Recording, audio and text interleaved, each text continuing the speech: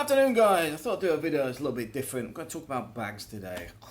Yeah, don't get too bored. You might actually find something useful. I don't actually carry one of those wheelie bags. What I normally carry, this is for if you're a transient expat in the sense of you're going to the UK and coming back to Spain, but also if you're coming over here and short holidays or whatever. I find if you're only here for a week, I don't even need a suitcase at all. Because I can fit everything in here. Not that I'm thrifty, but it's just the case of, well, maybe I'm a bit thrifty, but then again, if you go backwards and forwards all the time, why not?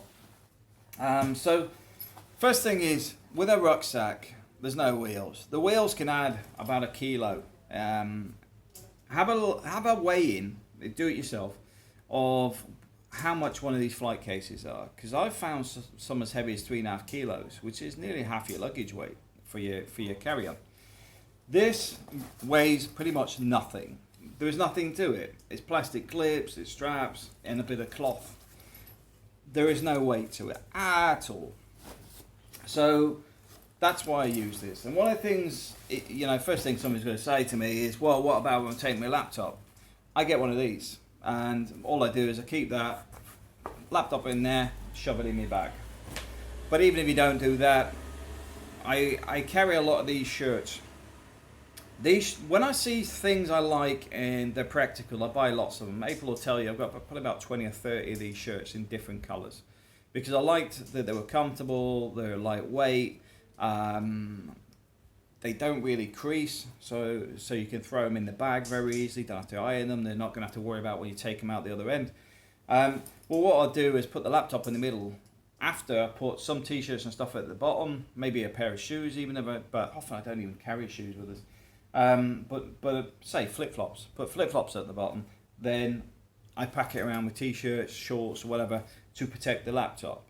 But bear in mind when you get to the airport, you have to take it out to get through the scanners, which is why I like to use this, because I can basically just go straight out. There you go, there's the laptop, and I'm through the security.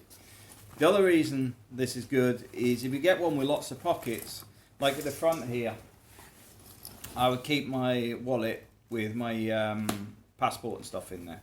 Another thing I do is with my passport, I generally keep my tickets in the front like that. So it would be where A, it's easily accessible, but B, it makes sure I keep the tickets with it. And I get into a routine. That's one of the things I do a lot of, because my wife was on about this today, because I do this a lot, I've spent up to 9 months in hotels in a year, for example. So when I'm decamping or whatever, I have a routine of putting everything by the door, starting from the bathroom, checking everything is out for the bathroom, checking the side tables of the bed, checking under the bed, and I sort of exit to the door to make sure the entire room's empty and I haven't left anything behind. May sound a bit over the top, but it's very easy to forget things like a phone charger, or maybe you fell asleep and dropped something under the bed. But if you do that every time you do it, it's very easy to make sure everything's where it should be every time. And like I said, passport, put the tickets in it, tickets go in the wallet, and when you get to the airport, I always take this out, double check everything's where it should be, and then I take my wallet out. I take my passport and tickets out, and I'll pretty much have that in my hand from the airport until I get through security, until everything's a-okay except for the boarding pass, and then I'll put it all back in my wallet, and then it goes in here until I get to the other end. Now, one of the things I will say, security is an issue on these sort of things. So this is done when I'm getting dropped off by somebody I know, or I'm in a taxi or something, and then when I get to the other end, it's because I've already got predetermined pickups, etc. Because the security issue isn't really a problem in the airport. It's normally when you start going off to enjoy the day, or you get dropped off by the bus somewhere and you've got to walk 2 kilometers to your hotel or whatever.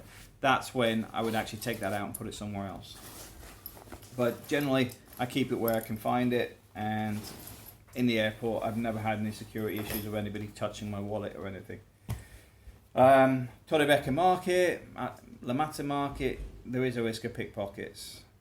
So that's one of the reasons if I was going to the market for the day, for example, this wouldn't be in the front of my bag, but I also wouldn't be taking that bag. I'd have a smaller day bag with me, but even then, I wouldn't be carrying all of this. It'd be very, very secure on my person, because like in Europe, you've got to carry your ID with you at all times. So there's a little bit of advice in that.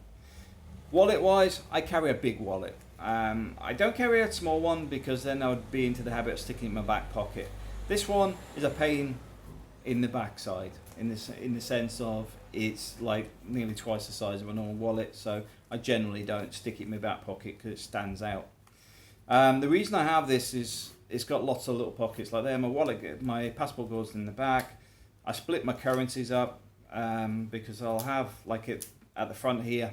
I might have pounds, then euros, then something else. For example, when I was in the Middle East, I had money from Qatar, Oman, euros, Hong Kong dollars, and Philippine pesos, all in here and all separated out, so that wherever I was, I could take money out. And one of the things I recommend not doing is making this obvious that you've got this where you are.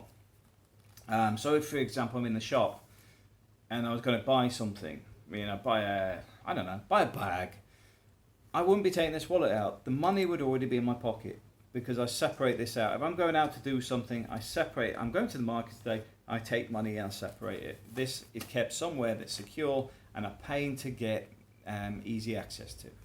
So the point being is, if you're going somewhere, separate your money. Keep some money in your pocket for whatever you want to buy. You're not trying to say to everybody, hey, here's my wallet, I'm going to put it here where you can see it. Don't do that. But I keep everything in here, and like I said, it's a big wallet, it's a pain in the backside, but it has everything in there.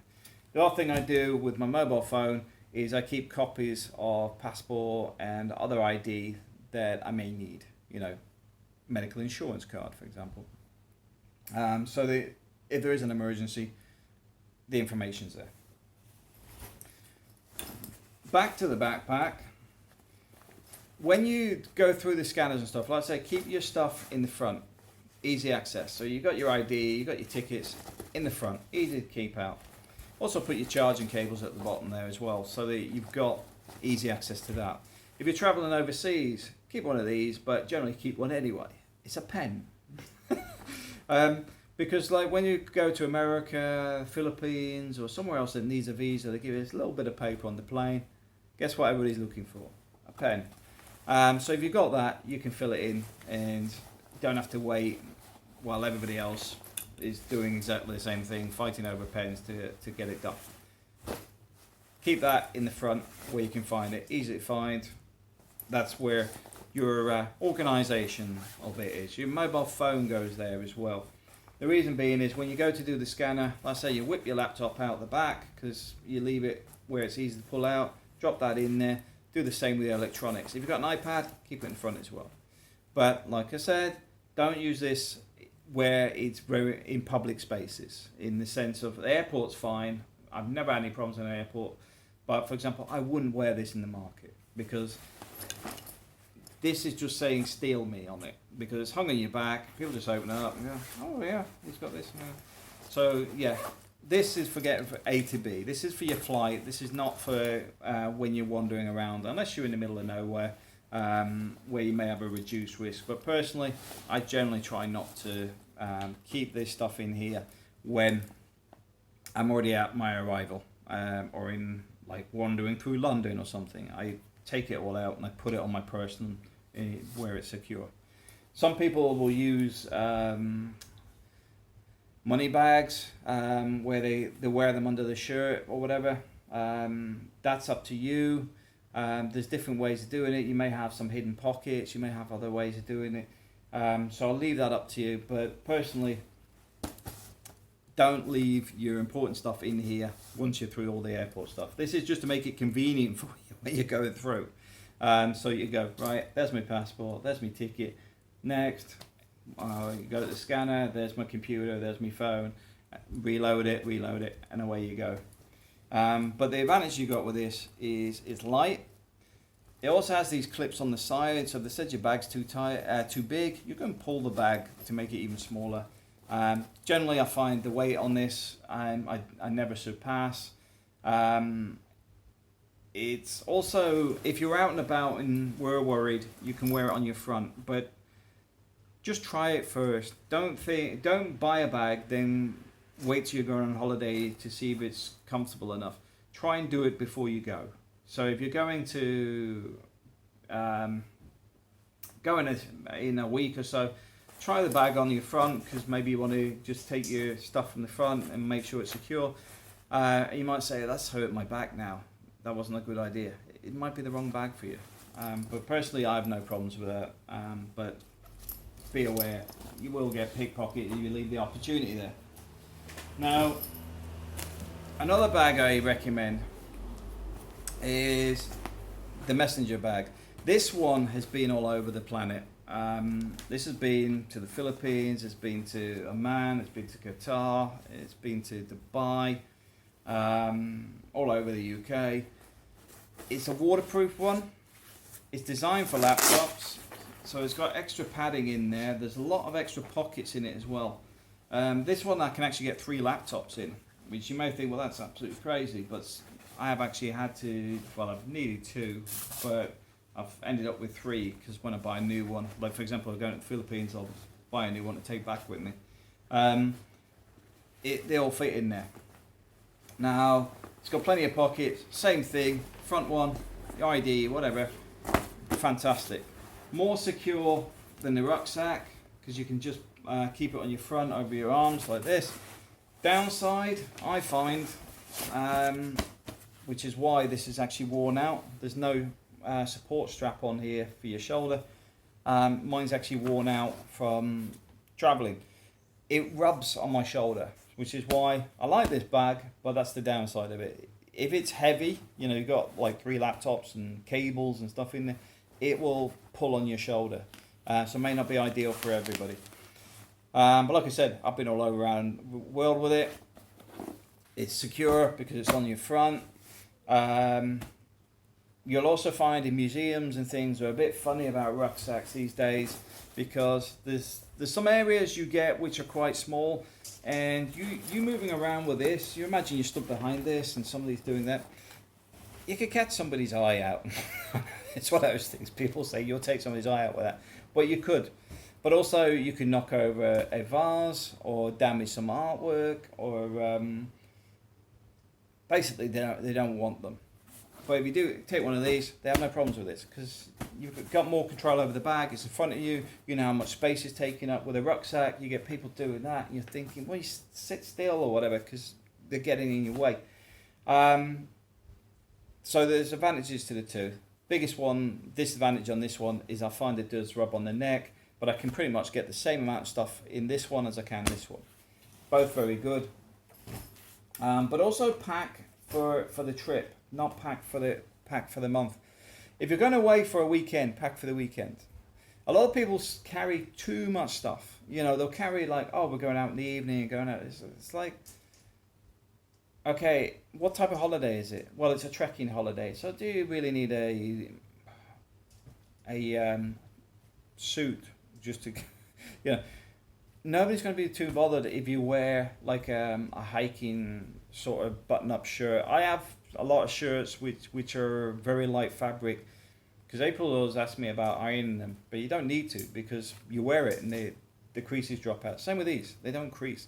So the point being, wear there's something practical and take what's practical, because a lot of time you're carrying a lot of stuff that you may not even use. So personally, I carry these dry easily if it rains. You know, if I get caught in the rain, I can take this off, have a quick shower, dry off, leave this on the balcony, it'll dry in no time.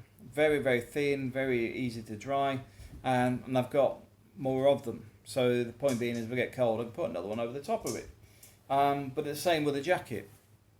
I've got a breathable weather jacket, in the center, breathable rain jacket. Fantastic for, you know, even if you're caught in heavy rain, it's great for it. So the point being is, dress for the environment you're going into. the reason I take that over my winter coat is the winter coat is a lot warmer, without a doubt, but the breathable one, I can scrunch up, I can fit it in my bag. So I put that at the bottom, and it will protect whatever's in the bag, but 9 times out of 10, I'm not going to need it, but if I do, it's there, keeps you dry, keeps you warm, easy to get hold of, not taking up too much space, very, very light. That's something that's practical. The winter coat, it would need its own bag. You know, it's heavy wearing. Another bit of practical thing to take is these little things. These ones I get with the pen on the side, pencil on the side. Now I mentioned that, as I said, I've got a pen as well in there. The reason, like I said, with a pen, if you needed, for example, to fill in a visa form, they're not going to be too happy filling in a pencil. So that's why you carry a pen as well. But the pencil, fantastic in the sense of it works even when something's wet. You know, where the pen may actually stop writing, but the notepad, good for making arrangements. You know, somebody says, meet at the bus at such and such plaza at 9 p.m. You can write that down so you know exactly where you've got to be and what time. But also you could be drawing a sketch of where you sat, you know, sitting on the plaza, waiting for the bus, got an hour to wait, sitting drawing the environment you're in, a little keepsake, scrapbook, whatever you want to call it. But also if you're writing, you may actually want to write where you are, some ideas, you know, keeping bits of information that are useful for later on. Like even if you're eating something, you may not even be able to pronounce it, but you may actually write it down in the phonic way and then try and work out what it was you ate later. Many reasons to carry a little notebook. And the reason I carry these over these is pretty obvious. There's a weight difference, massive weight difference, and I can put this in my shorts. I can put it in my jacket pocket. This one goes under my arm. This one is one I use for work, but for practical use, if I'm going away for a weekend or something, that's all you need. Another thing I do carry as well is a gimbal. Now, not everybody's going to need one of these. The only reason I would recommend it, if you like doing videos and stuff, it helps stabilize the videos, makes them look a lot better. It's not heavy, it uses the same charger as my phone, and that's something I'd recommend taking. On top of that, your phone charger with a USB attachment. Depending where you're going, make sure the sockets match up, because I know some of you guys won't be coming from within Europe. You know, you may be coming from the UK. You know, obviously Spain goes, UK is 3-pin, Spain's 2-pin, but you can find the pins between Spain and France are different as well. So from a practical point of view, you may want a multi-use adapter, but personally I just find somewhere that's local and just keep the little plastic ones, because I don't need that many when I'm travelling, and they're light anyway. But completely up to you. You can spend 10-15 euros on a multi-charger, or you can spend like 60 cents on different ones in different countries and just keep them. I don't take my camera as much as I should. You probably notice I don't take as many photos as I should, but there's a reason for that. Taking my bigger camera is another backpack. It's a complete backpack.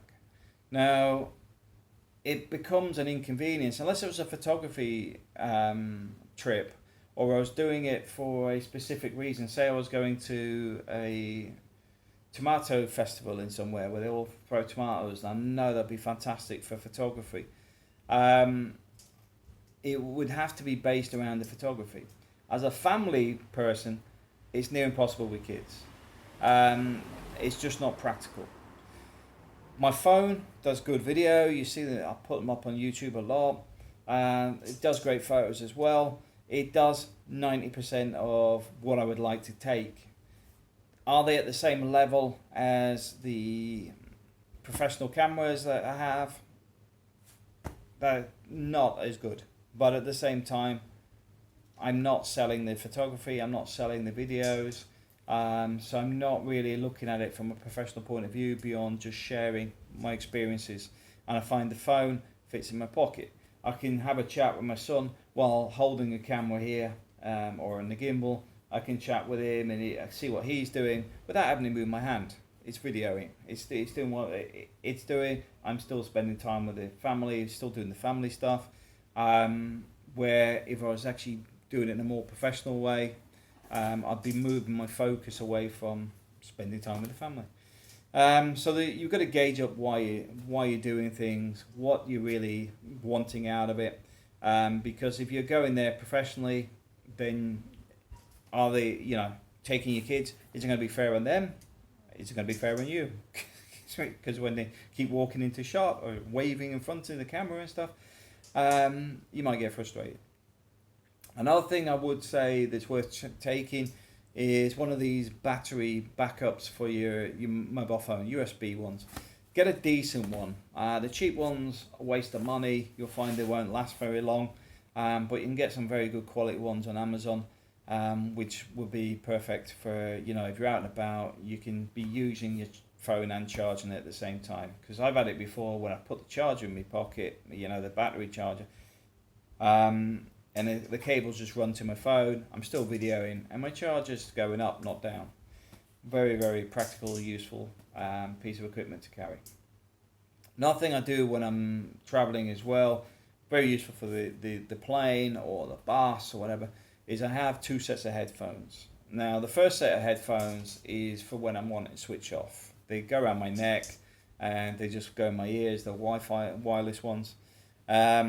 When I'm on a cheap budget airline and it's somebody's stag night or somebody's hen night and they say the same jokes and mess around the same as every other time I bump into people on the stag night or hen night, it's good to actually just sit there, switch off completely, play a bit of music, watch a movie or something, and not listen to the stuff going on around you. Especially if it's an early flight. If you want to get there fresh, for example, say you're going to get there at 8 in the morning, so you may be going straight into work, or you may be going straight onto the first tour or whatever. You may actually want to get a couple hours kip. Well, the easiest way is putting these on and just switch off. But the advantage I've got with no cable, it's not getting wrapped around my neck. I'm not doing that, and it's pulling at the armrest or something, or having to put the device near it. I can have the music on and put my phone in my pocket and just be switched off. It's very, very useful. I love it. Don't get me wrong though, there's a reason I take my own wireless wired headset as well. I've got a decent set. They're JVC. Those ones I use for things like going into a museum. If you're on a tour bus as well, because when you plug them in, it's your own headset. So if you're going around a museum and they've got one of these things with you push the button and you get the narrator telling you about a painting or something, your own headset's comfortable. You've got it in ear. You bought one that you like, and they're worth the investment. You get the ones that are often on these guys. They're on the cheap metal wire. Sit on your ears, bit tinny, very cheap, not very good. And if you're like me, even if you've got good ones, actually have the ones that go on the outside, I find they give me suction around my ears. My ears start burning after a while. So I much prefer just carrying my own headset, putting my own headset on, and away I go. More comfortable if you're on a bus tour, same again. It's like, they're not tinny, you can hear everything, it's cancelling out the noise around you as well, where the cheaper ones you can still often get the noise around you, or you're playing it very loud to counteract. So there's a lot of disadvantages and advantages to that. So what else would I recommend? Now, for transient expat, this doesn't really count, but some people, if you're going a bit further afield, you may actually want to get prepaid cards. Now, I haven't actually got one to show you here today, but they're like a bank card, but what you do, or a credit card, but what you do is you preload it with money. So if it does get stolen, it's only got a certain amount on it, but you may have more than one on you. For example, you may have preloaded one and got robbed, in the sense of somebody pickpocketed you. That money may be gone, but you can cancel it. If you get online, you may be able to recover the money from that before anything happens. but you may have a second card as well, which you can preload, or find somewhere where you can get it transferred from your bank onto it, so you've got less disruption. So the prepayment cards are useful. Have I experienced any pickpockets? Myself, yes. In Torrebecca, I got pickpocketed in the market area. Partially my own fault, because I'd gone into the market alone, because my friend was busy that morning, and I'd gone with, I don't normally carry my wallet. There's a reason I carried my wallet, because I try not to carry my wallet. And then, I mean, bear in mind, I spent 8 years in the Philippines and been in other places, never had any problems. But I'd gone down there to take some photos of the market and stuff, and I got pickpocketed. But the thing is, a lot of the time, and this is a bit of advice, put your name and address or something either in your wallet or in your bag or whatever. If you lose something, because I know people get bags stolen off the beaches. I haven't seen it in La Mata, but I know in Torrebecca it's happened. Keep something with your name and your address on it. Ideally, don't put your keys in that same bag though. Use a bit of common sense, because obviously if your keys are in there, you've just told them where you're living. But what you want to do is, like, I find the police here will return stuff, and you'll find they only want the money, because here in Spain I think the law is that if it's under 400 euros on somebody, they're not going to arrest them. Now, they don't want to be caught with somebody's bank cards, driving licenses, and anything else that connects them to a theft of a wallet or a purse or whatever. So the first thing they do is they just whip the money out and throw the wallet or purse. Now, I've experienced it here in La Mata, in Torrebecca. When I went down to the police station, the policeman that was behind the counter basically went like that with a shopping bag, and it was full of wallets and purses from that morning. I'm not talking about one or two. There was at least 20 wallets and purses from that morning in Torrebecca market. So it's a very, very common problem. But if it's got your name and address on it, guess what? There's a good chance you went in there and says, hey, that one's mine. Gone in there. Can you prove it's yours? That my name and address, my name is such and such, my address is this. They can open it up, and that's you. Oh, your driving license is still here. Oh yeah, that looks like your face. Away you go. But even if it's not in that country, you may find that it still gets returned to you, because let's face it, nobody wants to upset tourism. Tourism brings money into a country, brings money into an economy. What else could I advise? One of the things, there's another thing, is if you separate your money. As I mentioned earlier, if I'm going somewhere, I take the amount I need roughly. But you may actually find that you separate it again. In the Philippines, one of the things I do is, in one of my pockets, I'll actually flip my pocket backwards and twist it, so you can actually get to the money in that pocket. In my other pocket, I'll actually have my bus fare and stuff. So everybody sees me taking money out of my one pocket to pay things, but the bigger money is in the other pocket. Something as simple as that can actually save you a lot of headaches. Try not to do things too obvious in public. Depending where you're going. I mean, if you're going to Asia, it can be a bit more risky.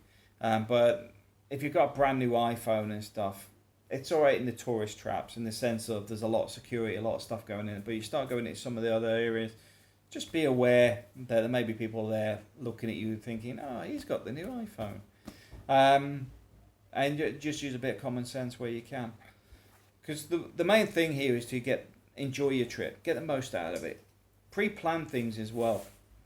But I generally don't try and put a timetable unless it's a forced one. In the sense of, if I've got to be at a bus station at 10 a.m. to catch a bus for a tour of something, that's a forced one. But if, for example, I wanted to see in France the Eiffel Tower, the Louvre, different things, I would actually just list them down. Because I may actually find that I go to the Eiffel Tower and I planned an hour there, then just fell in love with the thing. So I then think, I'm going to go to the top, and then I'll stand in the queue for another 2 hours. And then I've just got to go, okay, well, tick, I've been to the Eiffel Tower. Where else did I want to go? And they go, oh, the Louvre's that way, and this one, Arc de Triomphe is that way. And then you go, okay, well, which one's the nearest? Okay, I'm going to go with that one next. And you enjoy it. Try not to make it too regime, but the main thing is get the most out of it. In Asia, it's a bit more funny. I mean, the Philippines, it's a friend of ours had all this set out, had a plan for where they were going and everything, and the days they were going in, all this sort of stuff. And I said, you don't want to scrap that. And they were like, what do you mean? What do you mean scrap that? And then what happened was they went to visit somewhere I think it was about 2 or 4 hour ride to where the place was. Then there was heavy rain, and it took them 2 days to come back. So they'd lost those 2 days, and they're like, "Yeah, you were right. There's no point just planning it on like I'm going to do this afternoon and that. No, you better off just going right. I'm going to go up there. I'm going to see this big church and whatever, and then tomorrow, I'll see what happens." But you just got a list of the things that you want to do and where they are geographically. You're trying to get round there, but sometimes don't try and book too much, because you never know what happens in between. It's not being negative, it's just trying to make sure that you don't create any stress for yourself on holiday. Just have it chilled out and just go out there and enjoy it. Anyway, I hope you found this video useful. If you've got any help and tips for other people as well, please share them below, because this is what it's about, sharing information. Thanks for watching.